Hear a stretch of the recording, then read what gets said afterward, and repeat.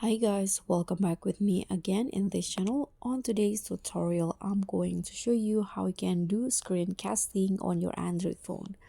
So if you want to have your screen bigger and connected to a bigger screen like TV or maybe computer, you can do screencasting.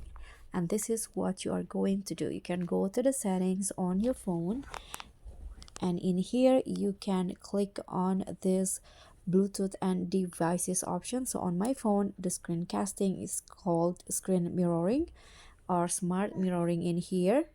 So you can mirror your phone on a large screen devices such as TV. So let's click on that. And in here in my phone, there are three things that you can do. You can do video mirroring,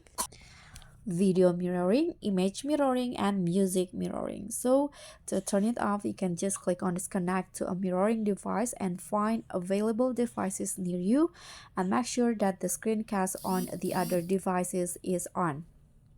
And after that, you can choose which one that you want to mirror or screencast.